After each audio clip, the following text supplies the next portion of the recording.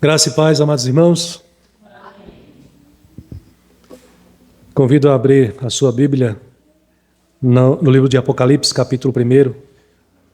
E eu farei leitura dos versículos 9 a 20. Nosso sermão dessa noite estará embasado nesse texto. Apocalipse, capítulo 1, versículos de 9 a 20.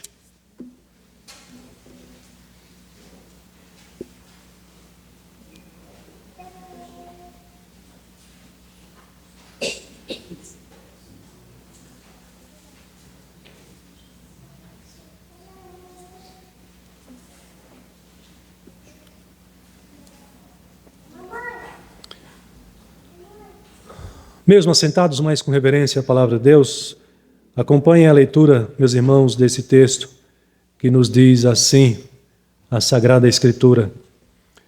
Eu, João, irmão vosso e companheiro na tribulação, no reino e na perseverança em Jesus, achei-me na ilha chamada Patmos por causa da palavra de Deus e do testemunho de Jesus. Achei-me em espírito no dia do Senhor, e ouvi por detrás de mim grande voz como de trombeta, dizendo: o que vês, escreve em livro e manda às 7 igrejas, Éfeso, Esmirna, Pérgamo, Tiatira, Sardes, Filadélfia e Laodiceia. Voltei-me para ver quem falava comigo e, voltando, vi 7 candeeiros de ouro, e no meio dos candeeiros um semelhante a filho de homem, com vestes talares e cingido à altura do peito com uma cinta de ouro. A sua cabeça e cabelos eram brancos como alva-lã, como neve, os olhos como chama de fogo, os pés semelhante ao bronze polido, como que refinado numa fornalha, a voz como voz de muitas águas. Tinha na mão direita 7 estrelas, e da boca saía-lhe uma afiada espada de 2 gumes. O seu rosto brilhava como o sol na sua força. Quando o vi, caí a seus pés como morto. Porém, ele pôs sobre mim a mão direita, dizendo: não temas, eu sou o primeiro e o último, e aquele que vive. Estive morto, mas eis que estou vivo pelos séculos dos séculos e tenho as chaves da morte e do inferno. Escreve, pois, as coisas que viste e as que são e as que hão de acontecer depois destas. Quanto ao mistério das 7 estrelas que viste na minha mão direita e aos 7 candeeiros de ouro, as 7 estrelas são os anjos das 7 igrejas, e os 7 candeeiros são as 7 igrejas. Meus irmãos, que Deus nos abençoe, não só na leitura aqui da sua palavra feita, mas também na exposição da sua palavra. Amém. Eu disse para vocês que esta carta, e vocês, alguns já sabem disso, foi escrita. Primeiramente, os destinatários originários desta carta foram esses cristãos dessas 7 igrejas que ele nomeia aqui, todas essas 7 igrejas. Essas 7 igrejas ficavam, na ocasião, numa província da Ásia Menor, que hoje é a região da Turquia, ali em algum ponto na região da Turquia.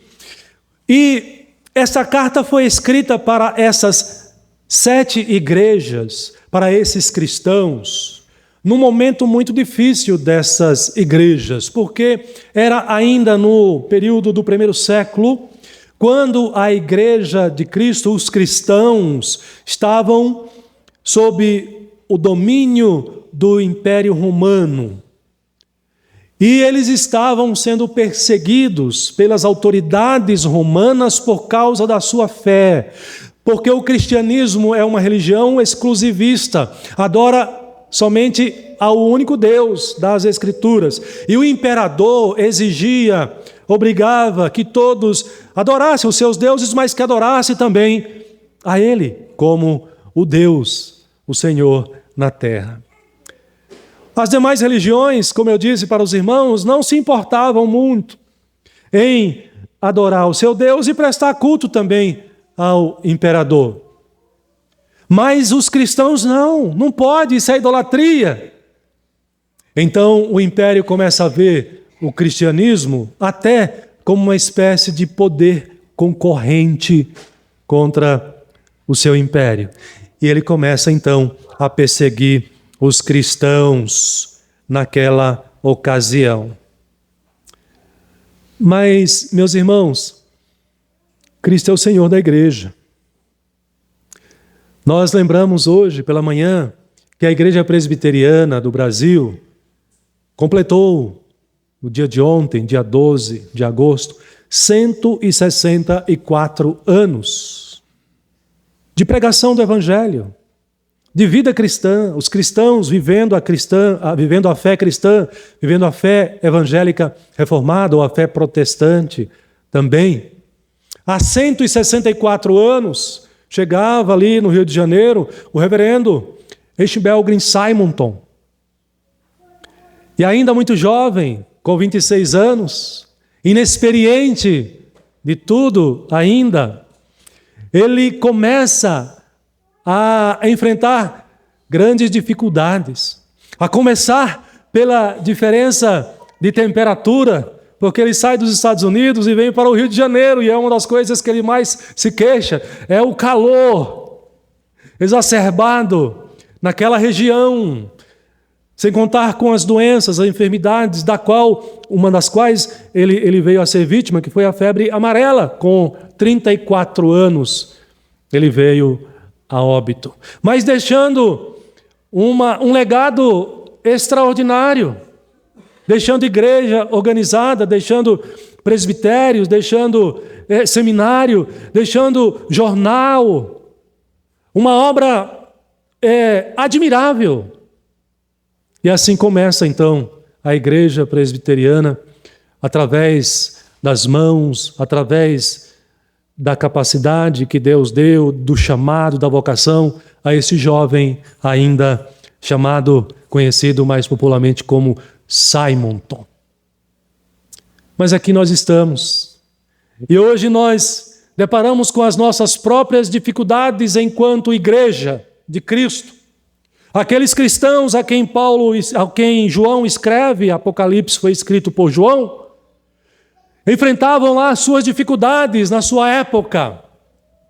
E é por isso que este livro, esta carta é escrita para eles, para encorajá-los, para animá-los, para ajudá-los a lutar e vencer.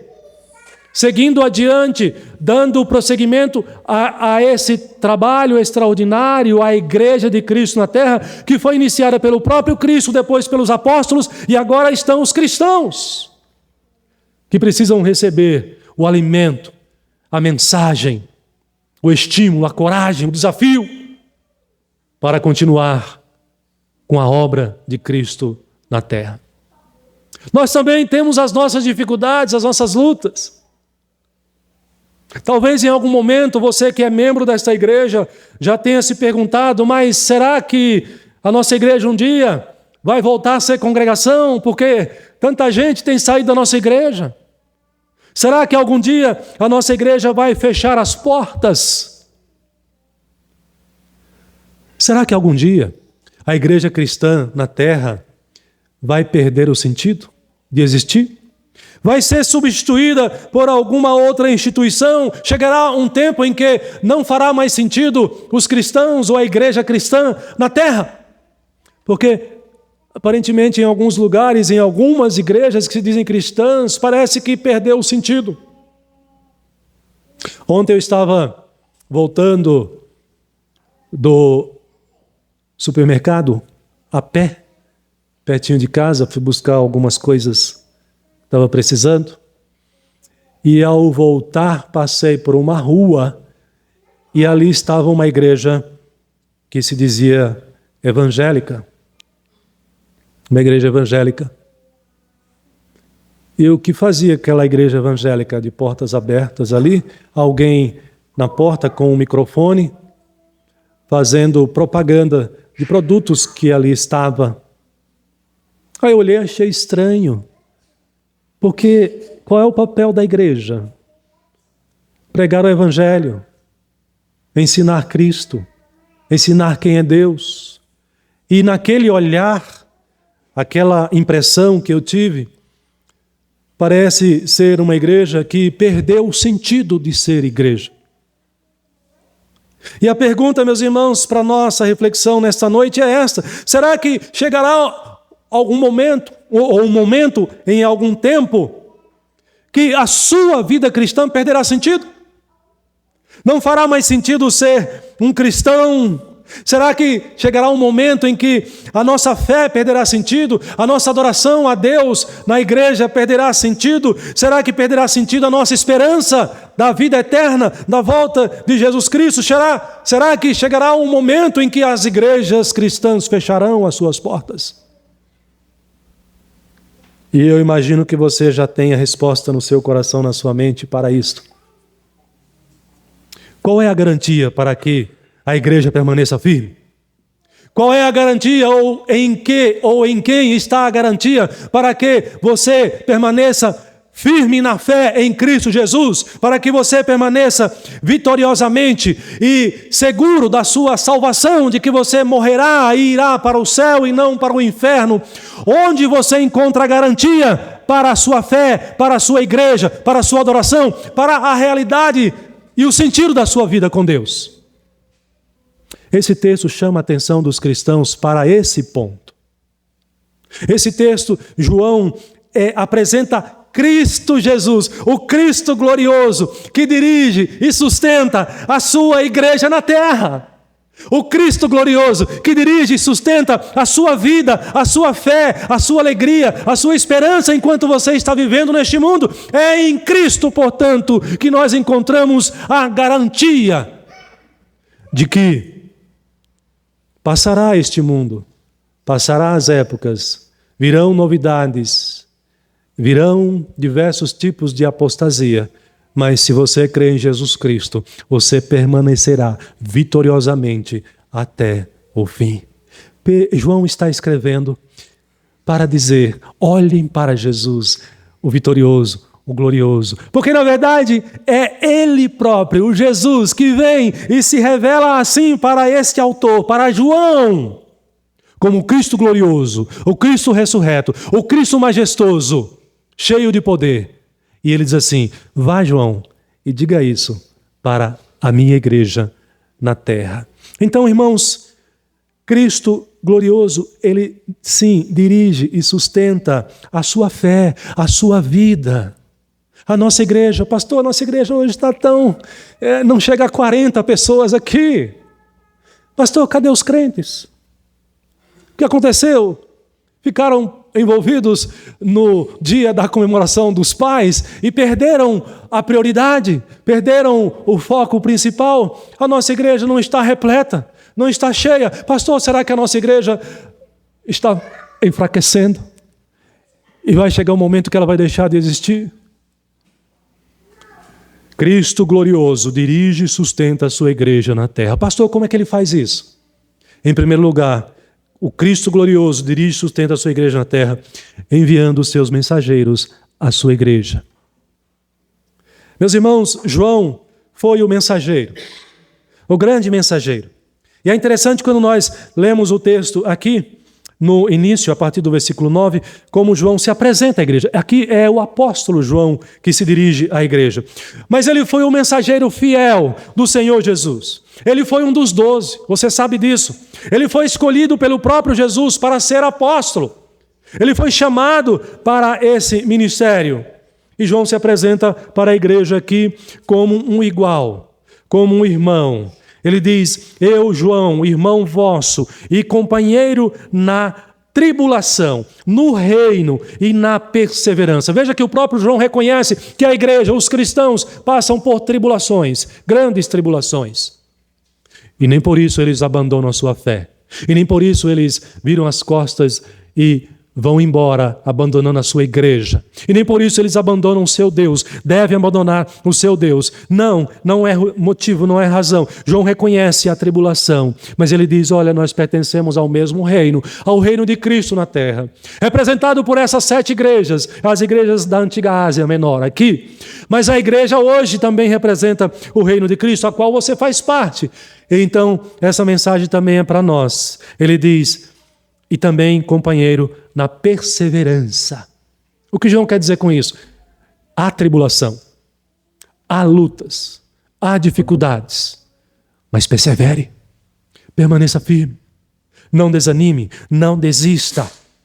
A palavra irmão aqui no grego é adelphos, que tem esse sentido de mostrar que há um povo o qual Deus chamou para si, separou para si, como aqueles que são elevados para um mesmo lugar, o lugar celestial, o mesmo destino. Nós todos temos a certeza e a esperança da vida eterna.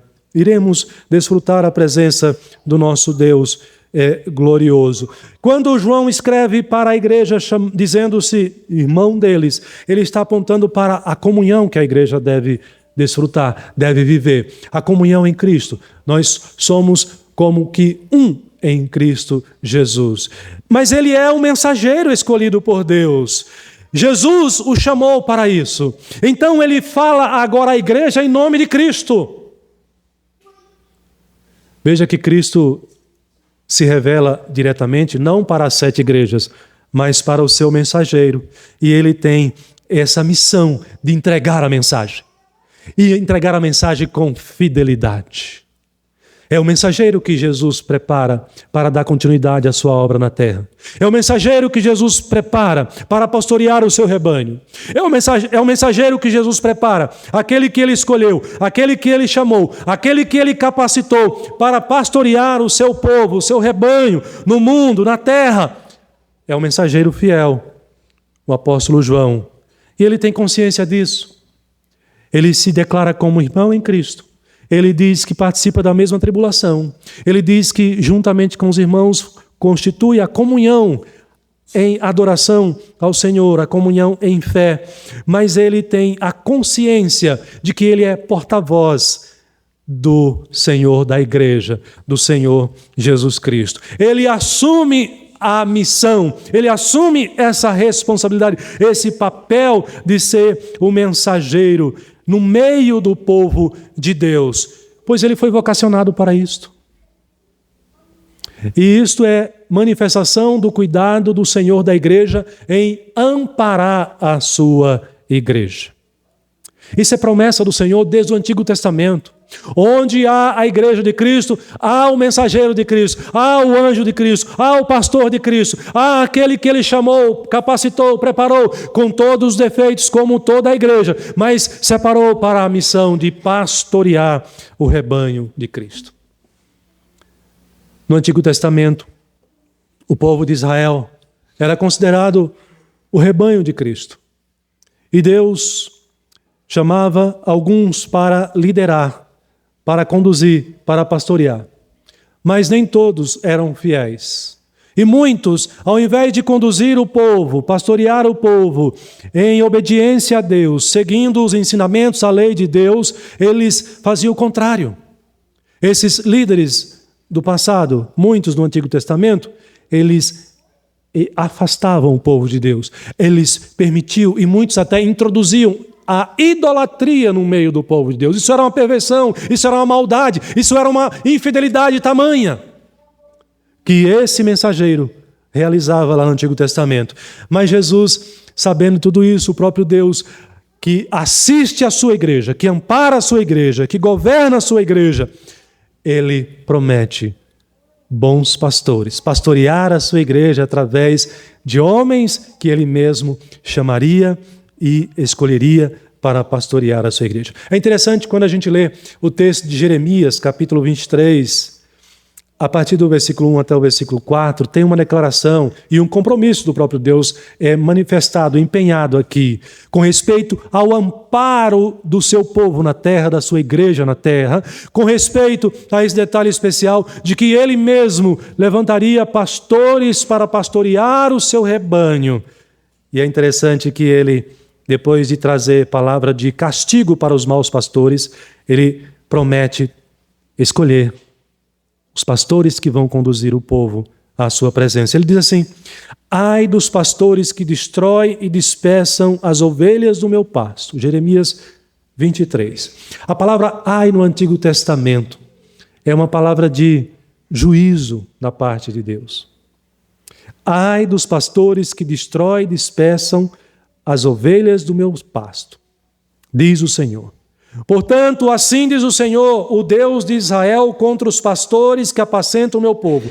Vós dispersastes as minhas ovelhas e as afugentastes, e dela não cuidastes, mas eu cuidarei em vos castigar. Veja que não há mau pastor que ficará sem a correção de Deus. Ainda nos nossos tempos, com base nesse texto do Antigo Testamento. Castigar a maldade das vossas ações, diz o Senhor. E quanto àqueles que foram dispersos, e quanto o rebanho, o povo de Deus que foi disperso por causa do mau pastoreio desses pastores, olha a promessa de Deus. Ele diz: eu mesmo recolherei o restante das minhas ovelhas de todas as terras para onde as tiver afugentado, e as farei voltar aos seus apriscos, serão fecundas e se multiplicarão. Olha a promessa de Deus: levantarei sobre elas pastores que as apacentem, e elas jamais temerão, nem se espantarão, nenhuma delas faltará, diz o Senhor. Pastor, qual que é a garantia de que a igreja de Cristo, de que a igreja presbiteriana do Jardim P vai continuar e não vai abrir falência? Entre aspas aqui. Não vai fechar as portas. A garantia está no Cristo glorioso, que sustenta, dirige e sustenta a sua igreja, ele mesmo escolhendo, chamando e capacitando aqueles que ele envia para pastorear o seu rebanho, a sua igreja. Essa é a garantia que nós temos em Cristo Jesus, de que a sua igreja na terra vai continuar sendo bem-sucedida, sendo uma instituição, uma organização vitoriosa, bem-sucedida, que não abrirá falência, que não fechará as portas, porque a nossa garantia está no próprio Cristo, no próprio Senhor da igreja, que envia os seus mensageiros para pastorear o seu rebanho. Ore pelos seus pastores, ore pelo seu pastor, ore pelos pastores da igreja de Cristo na sua região, no mundo. Ore pelos missionários. Eles carecem da sua oração. Louve a Deus, agradeça a Deus pela vida dos pastores que Deus envia para pastorear a sua igreja, pastorear o seu rebanho. Foram homens que Deus escolheu para esse ministério. Foram homens que Deus capacitou para esse ministério. E se eles hoje pastoreiam o rebanho de Cristo, onde quer que eles estejam, a igreja de Deus, esses homens são sustentados e dirigidos pelo próprio Senhor da igreja. Louvado seja Deus que não desampara a sua igreja. Mas pastor, como mais eu sei que Cristo dirige e sustenta a igreja? Irmãos, além de enviar os seus mensageiros, Cristo dirige e sustenta a sua igreja com a sua presença gloriosa. Cristo está no meio da igreja. Não duvide disso. Não o Cristo servo mais, mas o Cristo glorioso, todo-poderoso. É interessante que no versículo 11, Deus, o próprio Cristo aqui, chama João e diz: você vai escrever o que você está vendo. A visão que eu vou te dar. João está tendo uma visão. Jesus dá essa visão para ele. Mas Jesus diz: você vai escrever a visão. Versículo 11. O que vês, escreve em um livro e manda às 7 igrejas. E aí ele nomeia as igrejas. Então veja que Jesus aqui está mandando ele escrever a visão. Num primeiro momento, ele vai escrever o que ele vê. Não é o que ele ouve ainda, mas o que ele vê. João escreva. E o que João está vendo, pastor? O que João viu? Irmãos, João viu o Senhor. João viu o Cristo glorioso, o Filho do Homem, o Todo-Poderoso. E eu quero que você acompanhe comigo, aí nos versos 12 em diante. Vejamos a visão de João. João diz no versículo 12: voltei-me para ver quem falava comigo, e voltando eu vi a visão maravilhosa que João teve. Ele vê 7 candeeiros de ouro. O que significa os 7 candeeiros de ouro? Você já deve saber. Os 7 candeeiros de ouro, ele revela lá no versículo 20, no finalzinho do versículo 20. O próprio Jesus vai trazer a revelação dessa visão para João e para nós também.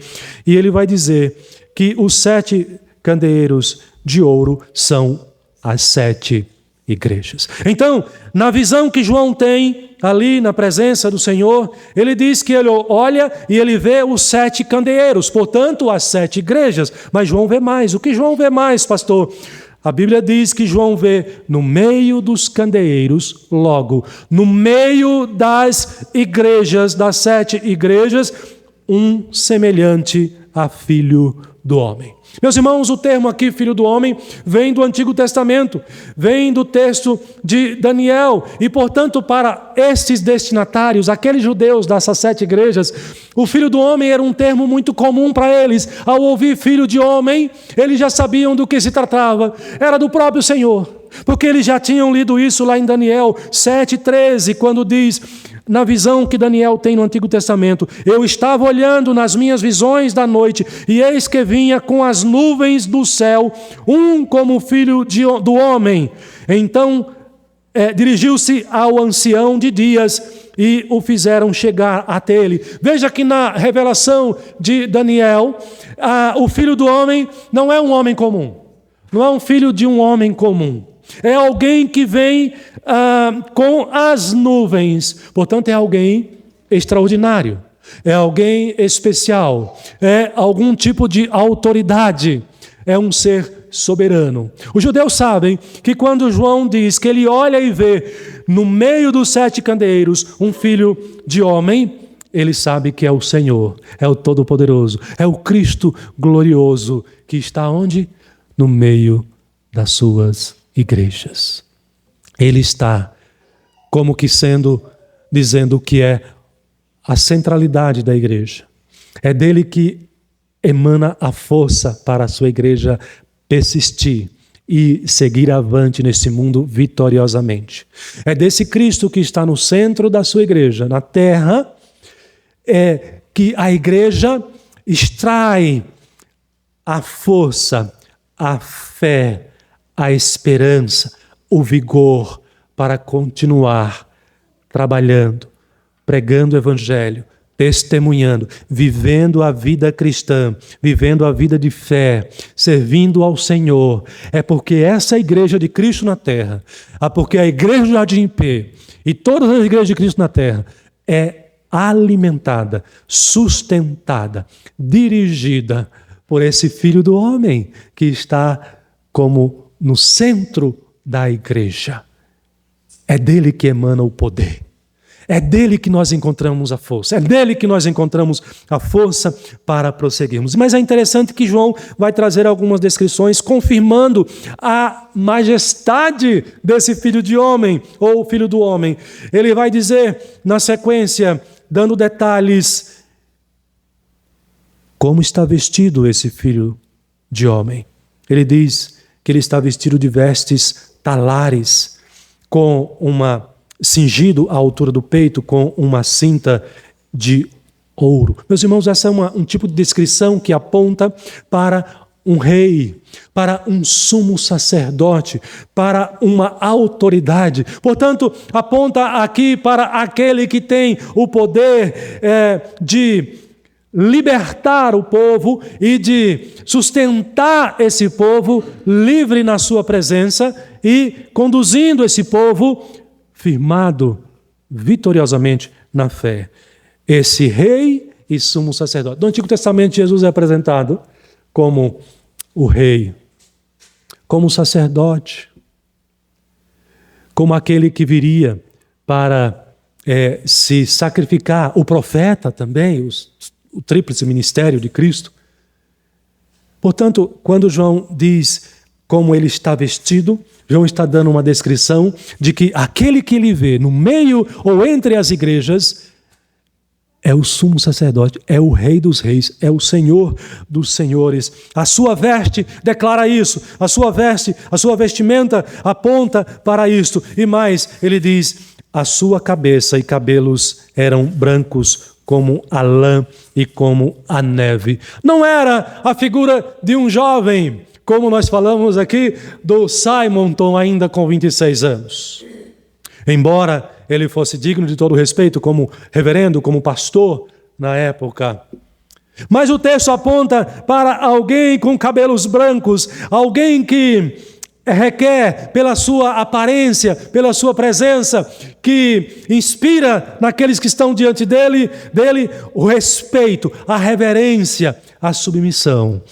Ele é autoridade, ele é Senhor, ele é o soberano e que, portanto, a igreja diante dele se prostra, reconhecendo a sua autoridade e adorando. É o que nós fazemos aqui, é o que nós cantamos, é o que nós oramos junto com a nossa irmã Raquel na sua oração ao Senhor, é o que nós cantamos os nossos cânticos belíssimos, que como nós cantamos agora à noite, nos nossos hinos também. Ele é a pedra fundamental, ele está no centro da igreja, sendo a centralidade da igreja.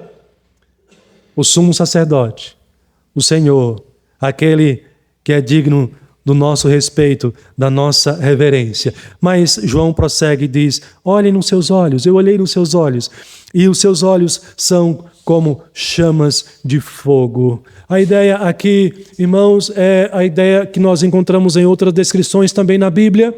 Os olhos de Cristo, nada escapa aos seus olhos. Ele sabe o que se passa no íntimo do nosso coração. Ele sabe o que nós vamos falar antes mesmo de nós pensarmos o que nós vamos falar.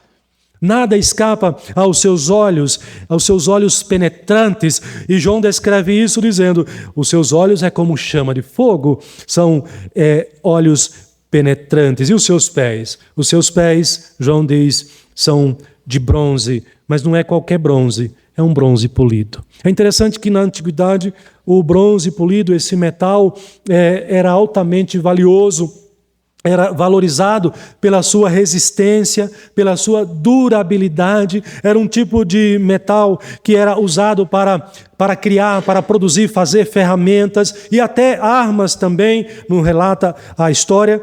E era um tipo de metal usado para suportar altas temperaturas e resistir até mesmo à corrosão.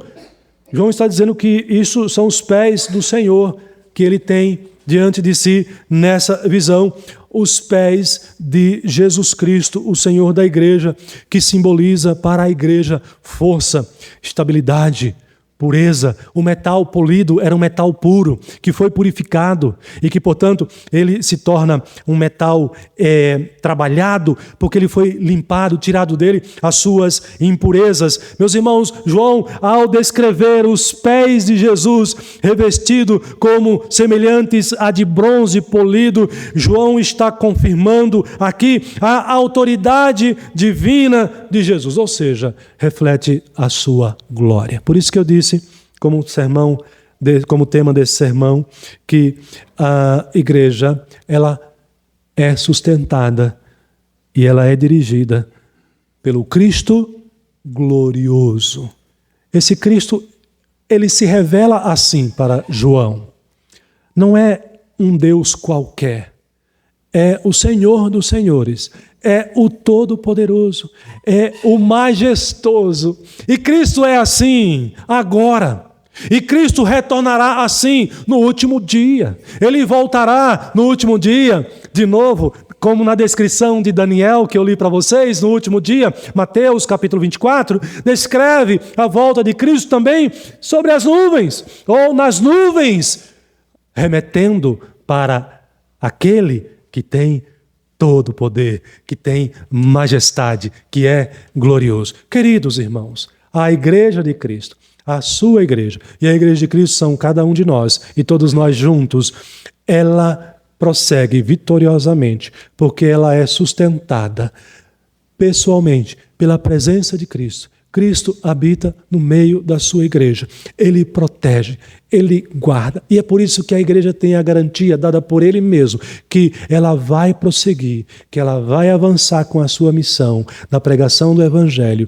E as portas do inferno neste mundo não resistirão. A igreja de Cristo não é um empreendimento que corre risco de falência. A igreja de Cristo não é um empreendimento pobre, mesquinho. A igreja de Cristo é a instituição, é a organização mais poderosa neste mundo, porque a igreja de Cristo, e cada uma igreja local, representa o reino de Cristo na terra. Por isso que ela é vitoriosa. Aleluia. Louvado seja Deus. E de novo, você é a igreja de Cristo. A sua vida, a sua fé, a sua esperança, a sua alegria é sustentada pelo Senhor da igreja. Quando Ele envia seus mensageiros até você, é sustentada quando Ele mesmo está presente no meio da sua igreja. Mas pastor, que mais? Ou como mais Cristo glorioso dirige e sustenta a sua igreja na terra? Você crê nisso? Você crê que os pastores são Deus que levanta para pastorear vocês? Você crê que Cristo está presente na sua vida, na sua igreja? Então creia também que o Cristo glorioso dirige e sustenta a sua igreja. Em último lugar, meus irmãos, nesta noite, Ele faz isso com a sua palavra. Ah, e que palavra poderosa é a palavra do Senhor. Eu quero chamar a atenção dos irmãos para um detalhe. Lá no versículo 11, Jesus disse para João que ele deveria escrever o que ele vê. O que ele estava vendo, ele deveria escrever. Mas me parece que tem uma diferença muito importante quando você compara o versículo 11 com o versículo 19. Quando Jesus novamente vai se dirigir para João, esse mensageiro, e diz para ele: escreve, pois, as coisas que vistes, ou que viste, e as que são, e as que hão de acontecer depois destas. Me parece então que Jesus ordena que João escreva não apenas o que ele está vendo, ou seja, que Jesus está presente na sua igreja, ele dirige a sua igreja porque ele está presente na sua igreja, mas também que João escreva o que ele vai ouvir.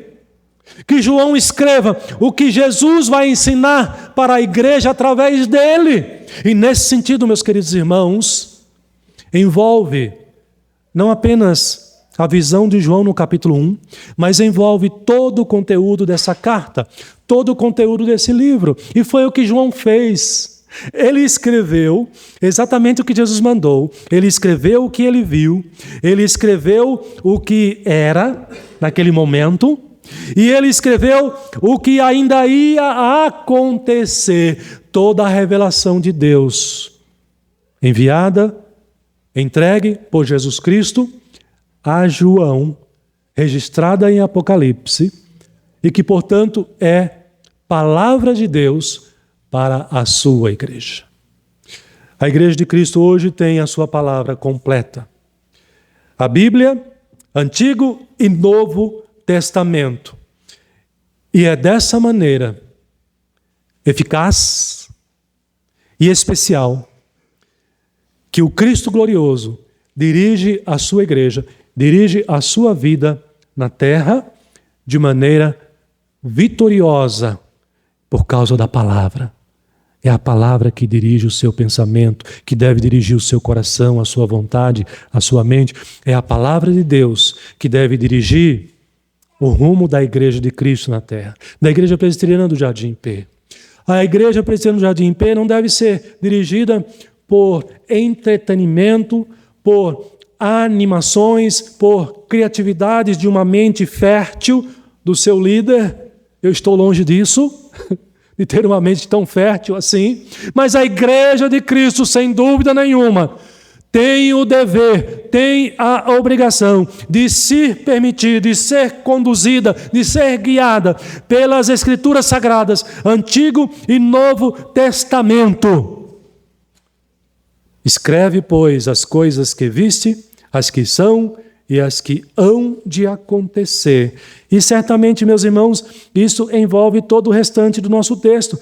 Do versículo 17 até o versículo 20, e todo o livro de Apocalipse, e numa visão mais ampla, toda a Bíblia Sagrada. Jesus é o Salvador dos cristãos. A sua mensagem é poderosa e é perfeita para salvar. E a sua mensagem está aqui na palavra, na Bíblia Sagrada. Isaías capítulo 44, versículo 6, vai dizer que assim diz o Senhor, o Deus de Israel, seu Redentor, o Senhor dos Exércitos: eu sou o primeiro e o último. Além de mim não há Deus. Dá ouvidos, ó Jacó, e tu, ó Israel, a quem chamei. Eu sou o mesmo, o primeiro e também o último. Esse é o Senhor, o Salvador, o que venceu a morte. E é o que João diz aqui em Apocalipse. Essa mensagem que enche o meu coração. Essa mensagem poderosa. Essa mensagem que para aqueles cristãos certamente foi uma mensagem muito confortadora, encorajadora, animadora, para que eles seguissem enfrentando as perseguições do governo romano, mantendo a sua fé, mantendo a sua confissão de que eles confiavam em Cristo Jesus, aquele que foi crucificado por eles, pelos romanos, mas que as suas vidas estavam entregues a eles e que eles seguiam seus ensinamentos. E que mensagem poderosa foi essa? A mensagem que Jesus entrega para João aí no versículo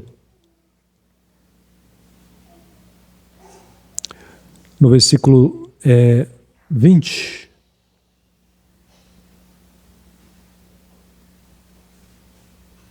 O versículo 18.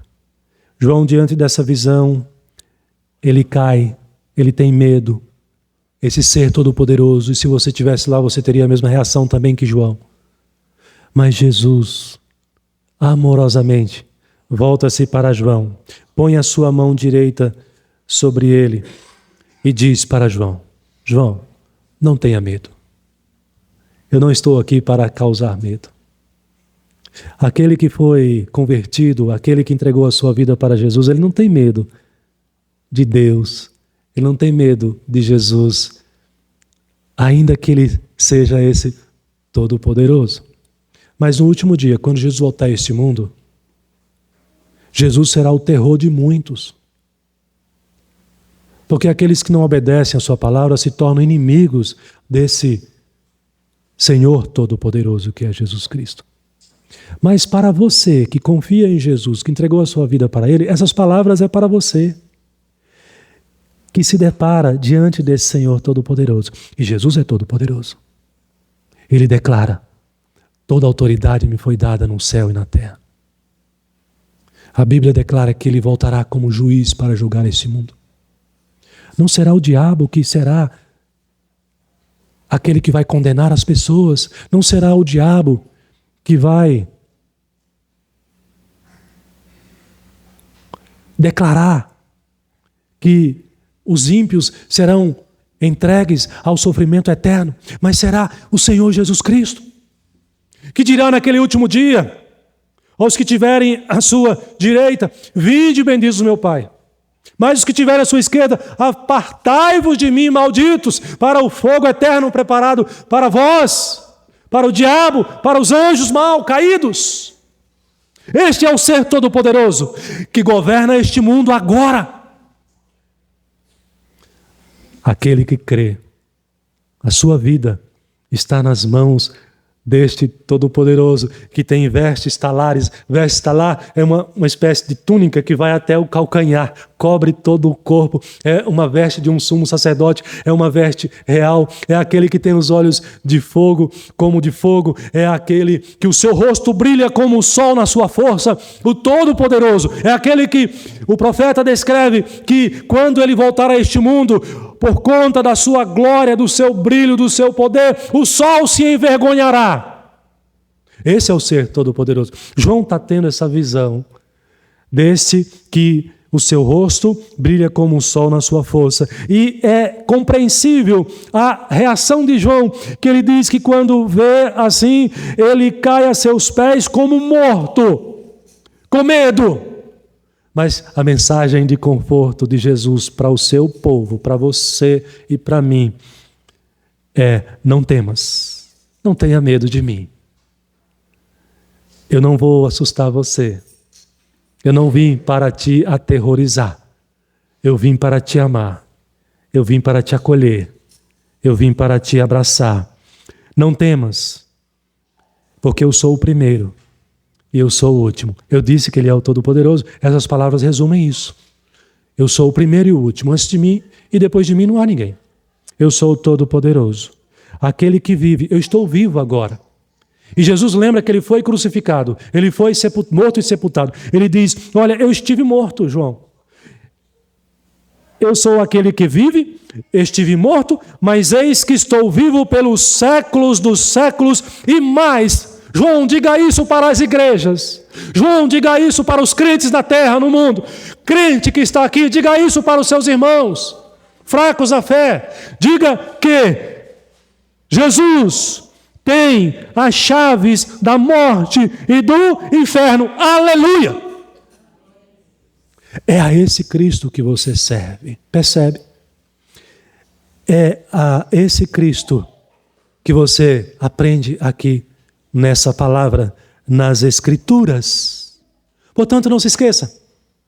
Eu estou dizendo para você que a igreja é uma organização, é uma instituição divina, longe de abrir falência em algum momento da história, por mais perseguida que seja. Por quê? Porque ela é guiada, dirigida e sustentada pelo Cristo glorioso, que sustenta e guia através dos seus pastores, que Ele chama, vocaciona, prepara, capacita e entrega a igreja para isso. Porque Ele sustenta e dirige a sua igreja com a sua presença gloriosa. Cristo está no meio da igreja. Cristo está na sua vida. Cristo deve ser o centro do seu coração, da sua vontade e do seu pensamento. Não se esqueça disso. A razão da sua existência. Você deve viver neste mundo para glorificar, exaltar, adorar, servir a esse Cristo. Reconhecê-lo como Senhor e Salvador da sua vida. E em último lugar, eu estou dizendo para você que o Cristo glorioso dirige a sua vida, dirige a sua igreja com a sua palavra. E é por isso que o apóstolo Paulo, muito sabiamente, ele olha para isso daqui e ele diz assim: sabe o que é isso aqui?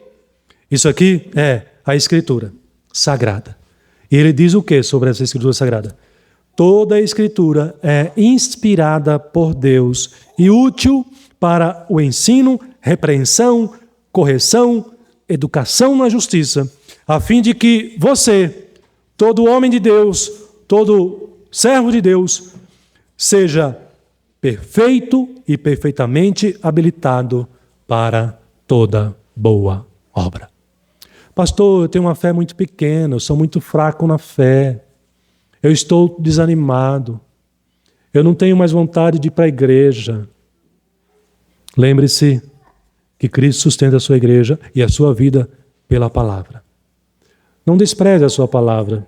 Você está desanimado? Como é que está a sua relação com essa palavra? Você tem se alimentado com a palavra de Deus como você tem se alimentado com o café da manhã, com o almoço e com a janta? E alguns têm até algumas coisas a mais, né? Entre o café da manhã e o almoço tem uma coisinha ali. Entre o almoço e o café da tarde, o café da noite e a janta tem um café da tarde. Se alimenta até demais, né? Às vezes a gente faz isso. Você tem toda essa disposição para alimentar o seu corpo e a sua alma e a sua vida com Deus, com a palavra, que é importante para a sua alma e é importante também para o seu corpo, ou seja, para a sua vida neste mundo. Portanto, meus queridos irmãos, só resta nos dar glórias a Deus, que enviou o seu Filho Jesus e que constituiu a sua igreja e que te chamou para fazer parte do seu povo, da sua igreja, e que te sustenta e te dirige dessa maneira vitoriosa, com o pastor, com a sua presença e com a sua palavra. Aproveite disso. cresça para a glória de Deus. E que você seja um mensageiro como João, levando adiante lá fora, onde você vai estar amanhã e todos os dias, a mensagem da palavra de Deus. Diga para as pessoas quem é o seu Salvador, quem é o seu Senhor, quem é Jesus, aquele que tem a chave. Se ele tem a chave, ele tem um domínio, ele tem o poder. Você sai da sua chave, trancou a porta, pronto, você que manda. Não deixa sua mulher com a chave na mão. Não, é brincadeira. Ela pode ficar também. Você tem um domínio, trancou. Não é isso? Eu tenho a chave da morte e do inferno de Jesus. Ele tem o poder. Diga isso para seus amigos, seus colegas. Isso é evangelizar. Quando você apresenta Jesus, o seu poder, segundo as Escrituras, para aqueles que não o conhecem. Que Deus fortaleça a sua fé. Que Deus reanime se você estiver abatido. Que Deus renove as suas forças, a tua alegria, a tua esperança, a tua disposição para o ministério, para a missão, para o serviço no meio do povo de Deus. Às vezes a gente começa o ano com todo o gás, mas a gente já está em agosto, pastor, eu já estou desanimado. Já não estou mais no mesmo pique. Você não trabalha para o pastor. Você trabalha para Deus, para o Senhor da igreja. Faça bem feito para a sua glória e para a sua honra. Viva uma vida com qualidade para a glória e a honra do Senhor.